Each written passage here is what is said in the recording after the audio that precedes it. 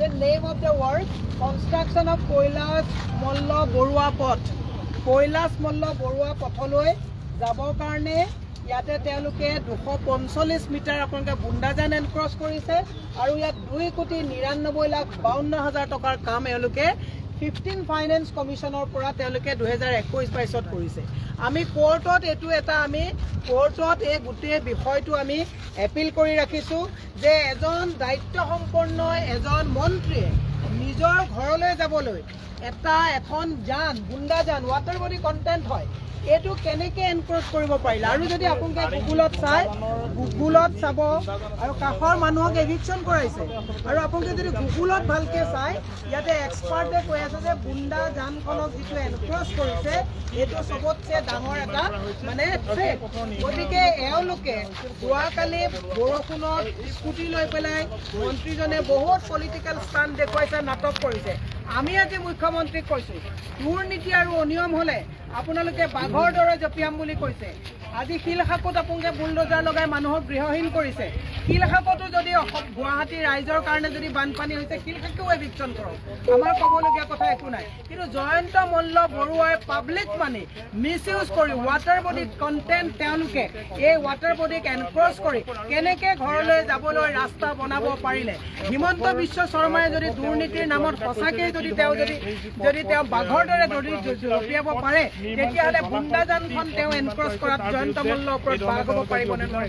এই যে প্ৰায় 3 কোটি টকা যে পাব্লিক মানি মিছ ইউজ কৰি কাষৰ মানুহক যে এভিকশন কৰি এখন বুন্দাজানৰ নিচিনা এখন মানে জলাশয় তেওঁ পুতিব পাৰে তেতিয়াহ'লে আমাৰ এক বৃহৎ প্ৰশ্ন অসমৰ ৰাইজক আমি বুজাই দিব বিচাৰিছো, গুৱাহাটীবাসী ৰাইজক আমি বুজাব বিচাৰিছো যে যোৱাবাৰ লোকসভা নিৰ্বাচনত আপোনালোকে সাংসদগৰাকীক ইয়াৰ পৰা আপোনালোকে জয়ী কৰি পঠাইছে।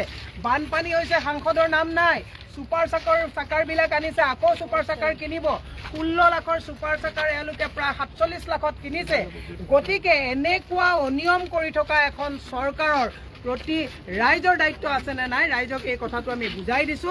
আৰু সেই কাৰণে আমাৰ লগত আমাৰ IT সেলৰ অধ্যক্ষ ৰাতুল কলিতা ডাঙৰীয়াও আহিছে।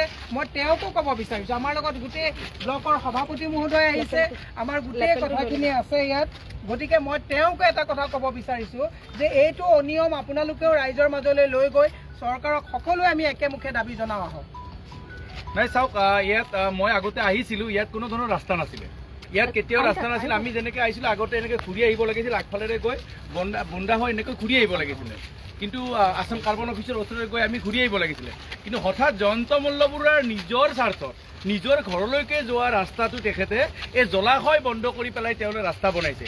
এইফালে আকৌ শিলখাৱত খিলঞ্জীয়া লোকসকলক উচ্ছেদ কৰিছে। তেওঁলোকে ক'ব বিচাৰিছিল যে খিলঞ্জীয়া লোকসকলে যে তাত যে শিলখাৱত যে আছিলে সেই থকাৰ কাৰণে ইয়াত চাৰিওফালে গুৱাহাটীত পানী আহা বুলি কৈছিলে। কিন্তু আচল কেৰেণটো আচলতে ইয়াত এই জলাশয়টো ইয়াত বন্ধ কৰি জয়ন্ত মল্ল বৰুৱা ডাঙৰীয়াই আচলতে এই যিবিলাক গুৱাহাটীত যে আজি পানী হৈছে এই পানীৰ মুখ্য কাৰণ হৈছে এই জলাশয়টো বন্ধ কৰাৰ কাৰণে। যদি এই জলাশয়টোৰ মানে যে এই ৰাস্তাটো যদি বন্ধ নকৰিলে হয় বা ইয়াত যদি জয়ন্ত মল্ল বৰুৱাই যদি 3 কোটি টকা খৰচ কৰি যদি এইটো ৰাস্তা নবনালে হয় তেতিয়াহ'লে কিন্তু আজি গুৱাহাটীত এনেকুৱা এটা পৰিৱেশৰ সৃষ্টি নহ'ল হয়। আজি 3 দিন ধৰি বৰষুণ বেছি নাই, এতিয়াও চাওক আপুনি ৰ'দ আছে, কিন্তু গুৱাহাটীৰ মানুহে কিন্তু ওলাব পৰা নাই। আজি কি অকল ৰুক্মিণী গাঁৱত কওক, কি এইফালে হাতীগাঁও কওক, এইফালে আপুনি আমাৰ মালিগাঁও চাৰিওফালে মানে এইফালে তেওঁ কৈছে যে মেঘালয়ৰ পৰা পানী আহিছে। যে USTMখন ইমানেই ডাঙৰ হ'ল যে গোটেই গুৱাহাটীখন ডুবাব পাৰে নে বৰষুণটো অকল USTMত পৰে, USTMে ডাইৰেক্ট গুৱাহাটীলৈ পঠায়। সেই কথা এই বিশেষজ্ঞ জয়ন্ত মল্ল বৰুৱাই ক'ব লাগে। তেওঁৰ কেৱল ঘৰৰ কাৰণে এটা ৰাস্তা বনাইছে, কিন্তু তেওঁ কালি কৈছে যে চানমাৰীত পানী নাই। দম আছে যদি চানমাৰীলৈ এতিয়াও আহক জয়ন্ত মল্ল বৰুৱাই, এতিয়াও চানমাৰীখন চাই লওক, চানমাৰী এতিয়া পানীৰ তলত আছেনে নাই জয়ন্ত মল্ল বৰুৱাই ভালকৈ চাই লওক। এনে দম্পালি মানে পাব্লিক ষ্টাণ্ড কৰি মানুহক বিপথে পৰিচালনা কৰিব নালাগে। গুৱাহাটীত যদি পানী হৈছে দায়ী তেওঁলোকে ইয়াত মিউনিচিপালিটি ইলেকশ্যন খেলতে কি কৈছিলে যে প্ৰতিটো ৱাৰ্ডত 10 কোটি টকা দিব, ইয়াত বানপানী মুক্ত কৰিব প্ৰথম তেওঁলোকৰ মানে প্ৰতিশ্ৰুতি আছিলে। কিন্তু সেই প্ৰতিশ্ৰুতি আজি ক'লৈ গ'ল? আজিতো গুৱাহাটীবাসী পানীৰ তলত আছে, কোনেও ভালকৈ ওলাব পৰা নাই, ঘৰতে মানে পণবন্দী হৈ থাকিব লাগিছে গুৱাহাটীবাসীয়ে। সেইকাৰণে মই ক'ব বিচাৰিছোঁ জয়ন্ত মল্ল বৰুৱাহঁতে কালি যিবিলাক পাব্লিচিটি ষ্টাণ্ট কৰিব গৈ যে অকল USTMক দোষাৰোপ কৰি পেলাই যে দায় সাৰিব বিচাৰিছে, সেই কথা নহ'ব।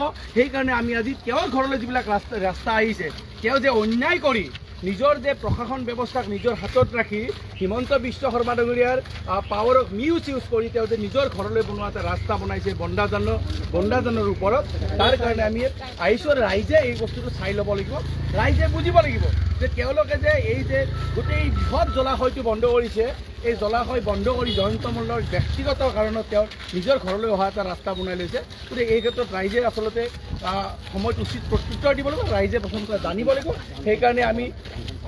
সেইকাৰণে আমি মহিলা কংগ্ৰেছৰ সন্মানীয় সভানেত্ৰী মীৰা বৰঠাকুৰ বাইদেউৰ লগত আমি ইয়ালৈ আহিছোঁ। আহি দেখিছোঁ এই জানটো চফা কৰা নাই।